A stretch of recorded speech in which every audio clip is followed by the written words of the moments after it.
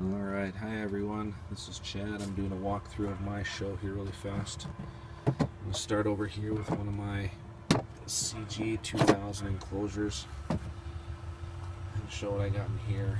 So this is the Beagle Bone Black with the octo scroller on it. I'm running 6 outputs out of it to run my main matrix, which is a 6x6 P10 panel, which I'll get to in a moment.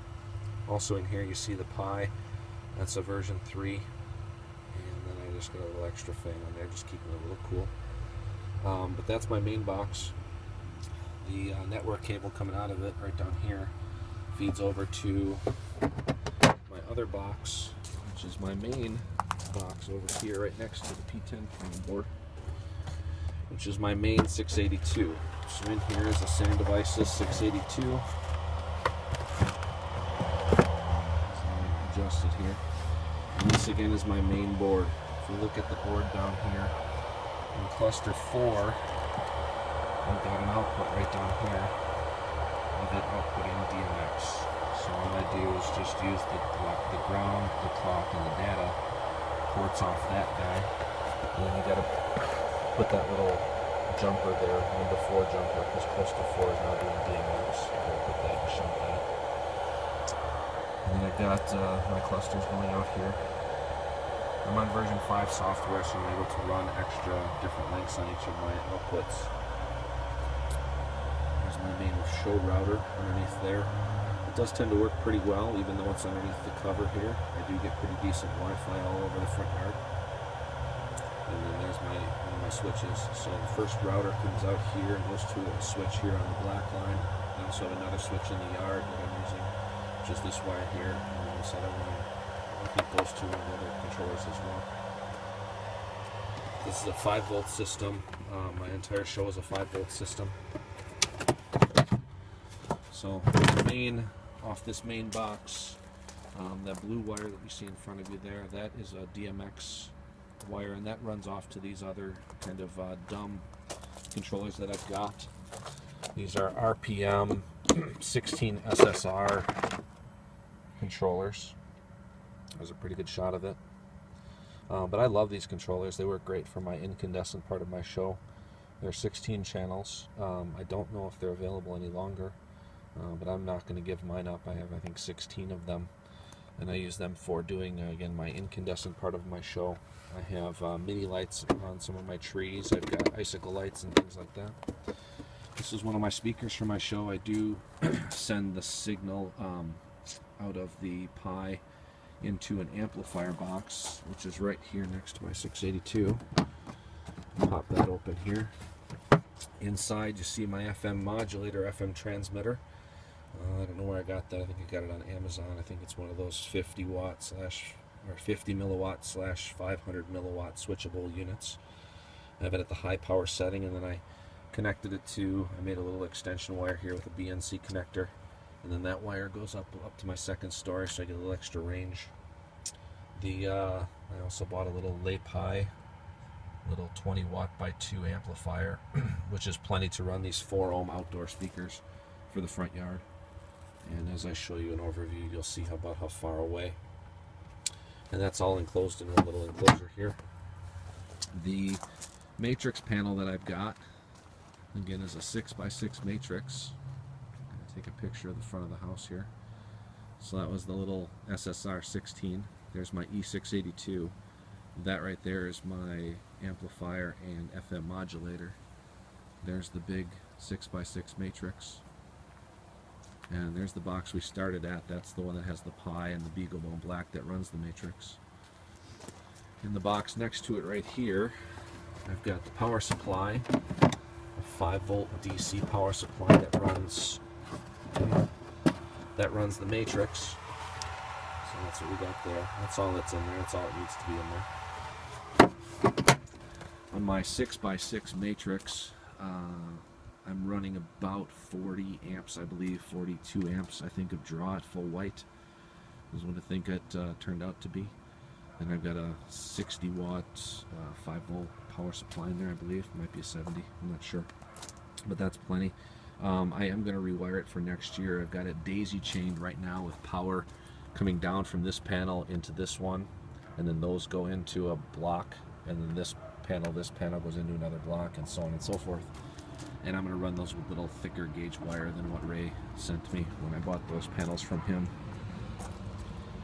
The next box over is another one of the SSR 16s. This is in a Captel little, I think it's a KG 1500 Pacific Bell enclosure, and that board fits in there perfectly. And again, that's daisy chained off the 4th output off my 682. Next to that is I have a star snowflake array that goes up all the way up to the 2nd floor. There are 10 snowflakes on that array that all run in sequential order, and that's all controlled by that controller I just showed you. Here's another one of my controllers for one of my palm trees. That's another one of the SSR 16s. And what I end up doing is I'm running 110 volts through CAT. Yes, I am. I'm doing that, and it works out great. I've got these dongles, these regular Cat 5 plugs. And those are what are powered based on how they're connected off of the terminal blocks. And then I use standard CAT wire that runs over to my tree. And then as I come up the tree, I've got these smaller little boxes. Here.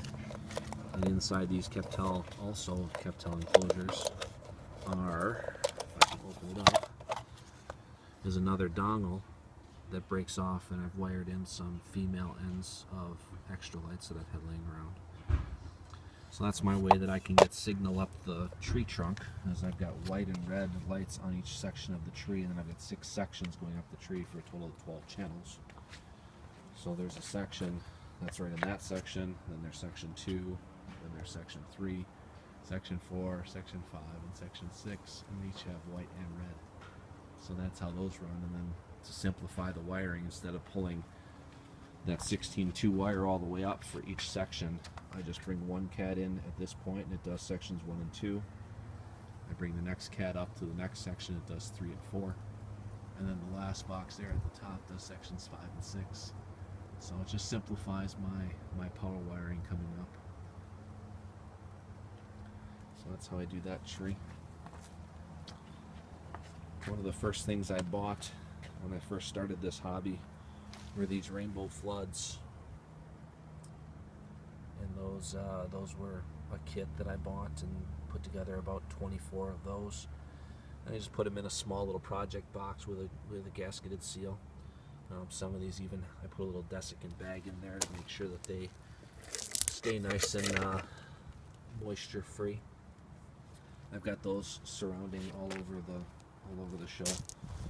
They're controlled by 2 of these boxes here, and inside these cable guide boxes here I've got a computer power supply that I've had to take the cover off so it fits inside the box, and then I got it running out through the 12 volt connections out the back of the power supply, in through a couple computer modular plugs feeding each one of the rainbow brains. And here I've got a stack of 3 of them. It's kind of hard to see on the video. I've got 3 rainbow brains in this box, and then I've got another one in the yard. And again, those are DMX controlled. They're just daisy chained down from controller to from controller to controller. In the front yard, we've got cage. These we call our medium trees. They're about 4 feet tall. They're just a tomato cage upside down, wrapped with red and white strands. We've got 8 of those in the show this year. And they work nice for doing certain light sequences like piano keys and things like that. Up in the front here, there's a line of the rainbow floods. You can see those running through here. And again, each of those rainbow floods can do a flood wash, and it washes up onto these trees in the darkness, which makes the trees glow different colors as well without having to use RGB, which works out well. In the front of my display, I've got these shooter poles. They stand about 8 feet tall. They're wrapped with sections of C9s. Honestly, I did these about 7 or 8 years ago, and I just have had no reason to get rid of them yet because they work great and they throw a lot of light. They're one strand of 35 bulbs of each color in each 1 foot section of the pole. So this bottom section of the pole here is channel 1, then about channel 2, then channel 3, channel 4, all the way up through 8 channels. And those are kind of a nice feature to the show. They add kind of a VU meter to the music, and I just kind of have them bounce with the light as the light goes. I have 3 incandescent small arches in the front yard, and those are just some incandescent minis that I wrapped around the PVC pipe like everybody does. And they're 8 channels each. They're controlled by, in this gray box over here, I've got 2 of those 16 channel SSRs, those from RPM. And I've got 2 of them in this box, and they're just stood off on some screws, on some bolts. I've got 2 of them in there that are running those, both the shooter pole and then 2 arches. In the front of my display, I've got mini trees. They'll stand about 2.5 feet tall. They're much smaller than the medium trees. There's 7 of those. They kind of give a nice front boundary to the display. Those are also red and white, and I also have some of those rainbow floods in front of them for ambient lighting as well. In the front section of my display, this is my 2 sign, my donation box, and I also have a small matrix down below. That matrix is a 2x2, very simple, runs off a Beagle Bone Black as well, which I'll show you in the back. My 2 sign here I've had since day 1, so it's kind of nostalgic. I just kind of like to keep it. I just have a little light here that's controlled by an output of one of the SSRs, and it just shines a light up on that. And then I've got a donation box wrapped with some lights that I can turn on and off when we talk about the donation aspect of the show. Around the back here, you'll kind of see a little bit about how the P10 boards are wired up. Those little white bags down at the bottom are some desiccants. I just bought a big bag of desiccant and just threw those down in there just to make sure I didn't get any water infiltration. There you can see the Beagle Bone Black that I've got. This is my second one, along with its octo scroller running out 2 outputs. Those run into the P10 panels over here at the top in row 1 and row 2. The signal comes across, and then behind here you can just kind of see that ribbon cable there that connects the 2 panels together. And then all 4 panels are connected with a power. And then I'm running this whole system off of a little 5 amp, 5 volt wall wart sort of a power supply. I just put a little Y in it, and just wide it out there, and then so it goes down there for the power for the panels, and then it also goes up and powers into the Beagle Bone Black. That's worked out really well for me. The nice thing about this display is having the tune to sign, so everybody who pulls up can automatically know what channel to tune to, and then I can also scroll other things across the panel at the bottom down there, telling people to remember to donate and turn their headlights off and don't block driveways and things like that, kind of more of like a message board. It worked out really well this year. I actually put my cell phone number on there and had people text how they liked the show, and I had over 100 responses, which was wonderful. So that's going to be coming back for next year for sure. Here's the right side of my display off of the 3 mini arches, and then there's the right side shooter pole. Again, same thing where I've got 2 of those SSR 16s in that box right there. Moving back on the display just a little bit before I go, I should probably talk about these in the front. Got these little 110 volt 4 element LEDs. I think they're about 60 watts. They're just little LED lights that I bought from Ray a few years back. They run on 110. They are not RGB, they're just white, and they're the daylight white. And I've got those all over my show, and I use them instead of strobes. Strobes cost $6 to $7 each, and these were only 2 or 3. So I've got one here, and then I've got one way over here in the corner, and then I've got 4 in my front. I got one there, one between the medium trees here, another one there, and another one way over here on the right side of my mega tree. And those add like that flash experience and things like that to the show. I've also got them wired up on my eaves, which I'll get to later in the video. So those, I call them the flood wash lights. They give that really nice big wow in your face white light effect, which is pretty neat. I've got 4 main trees in my show. I've got this Washington palm tree again that has 6 sections of lights going red white in each section. So section 1, section 2, section 3, section 4, 5, and 6. So there's 6 sections in the trunk.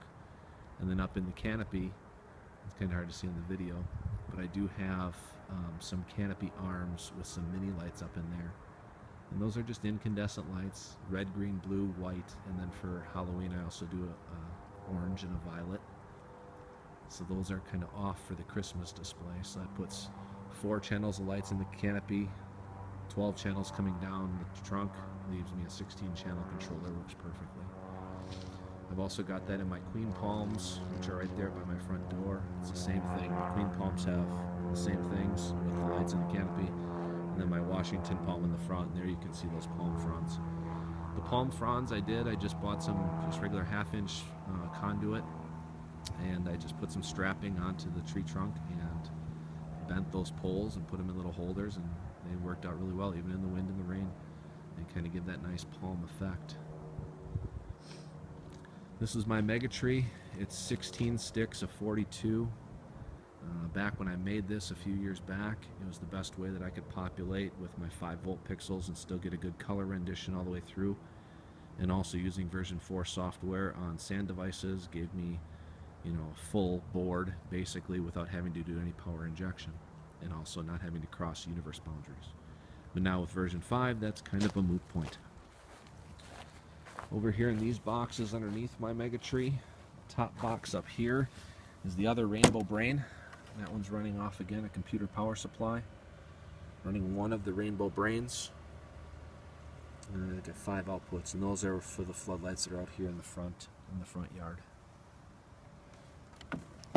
Just below that is my other 682 board. Inside here you can see it's fully populated. It's got all 16 outputs all configured. And a 5-volt power supply on the top. That's strictly for my mega tree. Over in this little box here is just this is my other switch for the front. That's a mono price switch I got online for, I think, about 10-12 bucks at most. It's an 8-port gigabit switch. And that's my other main switch that runs the show out in the front yard here. That also brings the signal to my Beagle Bone Blacks and all those things up in the front as well. As I move away from the front yard, we'll start moving toward the house and the elements on the house. My show on the house consists of what I call eave boards. And on my eave boards, what I've done is on my eave, which is a open eave, just regular wood panel, I basically went to Home Depot and had them take a 4x8 sheet of, I don't know, melamine board or something like that, or some sort of a hardy board, and I had them slice it into 3.5 or 4-inch sections, all 8 feet of it. And then what I did is I used either numerous fastening techniques, either hot glue or just tie wraps and screws or things like that, or even pipe hangers. And I secured all the elements on each section of board that I'd like to have. So in my show I've got icicle lights that run the full length of all my eaves. Right above the icicles you'll see that there are some regular pixels, some little small square pixels, and I also have some faceted covered C9 sort of bulb covers on top of some bullet pixels. And then right next to that I've got some C7 incandescent lights, and the last thing that's on my eave boards are more of those 40 watt or 60 watt white in your face shining just spotlights. And that allows me ultimate control, honestly. I can run chases on my RGBs that run in one direction while I have another chase coming back in the other direction, because they're 2 separate types of bulbs up there. It also gives me the softer look in a lot of my softer songs of the incandescent color, using the incandescent C7s and using the icicle lights as well. I do have a security camera there on the front that takes a video of the front yard, which comes in handy when you want to see who's watching the show or who's donating, or if the show is even being watched.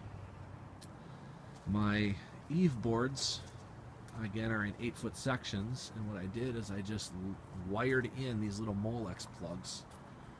I went on Mauser, and those I think are 15 position plugs, 5 rows of 3, and that gives me control of being able to plug and unplug each of the sections all together. So in a matter of minutes I can have all my lights down off the house with just a screwdriver, basically. I just unscrew them from the eave boards.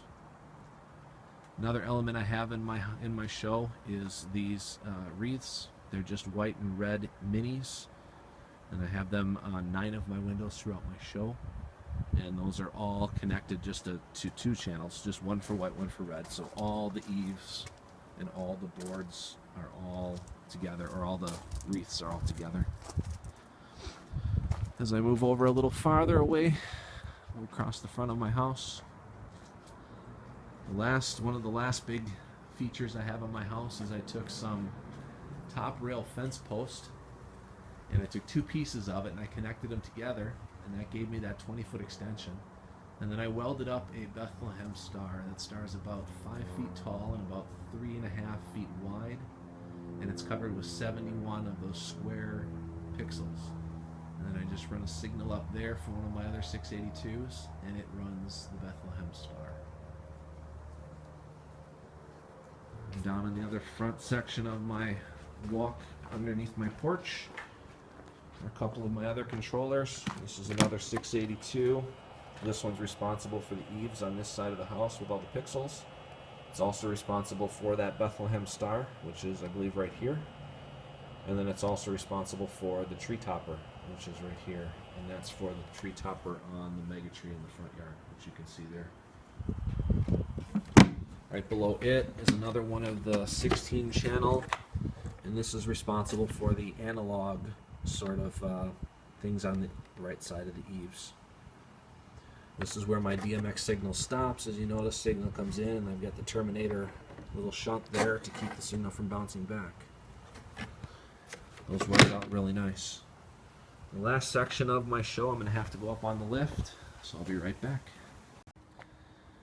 Also, as part of my show, as a way of getting a little more lights on the side of my driveway, I've got those are 10-foot sticks of PVC for each half of the arch. So there's a 10-foot stick, and then there's a 10-foot stick. So each arch is about a 20-foot arch. It stands about 6.5 feet tall and about 10 feet wide, about 11 feet wide. And I call these my large arches, and they run down the side of my driveway, just kind of, again, as a visual element to help draw the eye into the show, draw it back down my driveway. One of the biggest things about my show is everybody always asks, how much power does it take? I did the calculations. It's roughly $28 for the month of December is what it takes to run this display. Even with a lot of the incandescent things, they're just not on that often. But all I do is I punched a punch out of the bottom of my electrical box and put in a 50 amp breaker, I believe is what I used. Might be a 70 or an 80, I'm not sure. But it's a double pole breaker. I run it with 2 of the conductors coming out there, the 2 white conductors, you can see those. Those are my 2 main, I think it's 80. I think it's 40 on each of those. And those are like spa rated THHN wires. I think it's like 4 or 6 gauge, something like that. And then I've also got some THHN, I think it's 16 or 20, no, not that thick, 16 or 14 gauge coming back as the ground plane. And then those wires run up through this little taped sheath and it runs underneath my eaves. Total of about 70 feet all the way across the house. And you can see it wrapping around the front of the house.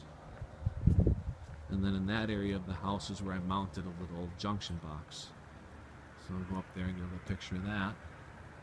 It's just a little junction box that I found at Home Depot. I ended up cutting out enough room to put in 4 double breakers, so a total of 8 breakers. And they're 15 amps each.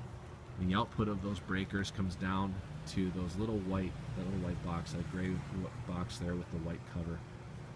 And each one of those plugs coming off that breakout box are 15 amp circuits. So I've got a total of 30 amps per duplex outlet, so 60 amps of current coming out of each of my 4 boxes. And then those run down and power the entire show. The last big visual element that I've got in my display is what I call my multi-face. This board up there is about 7 feet tall, 7.5 feet tall by 4 feet wide. It's got over 600 pixels on it. It's kind of hard to see on the video. But as you can see from the basic outline, I've got a Santa beard, I've got an elf collar, I've got some hair flowing from the sides along with ears, both pointy and round. I've got a stocking cap and also a brim of a top hat, and then a top hat frame, and then also that loop at the very top can also be like an angel halo.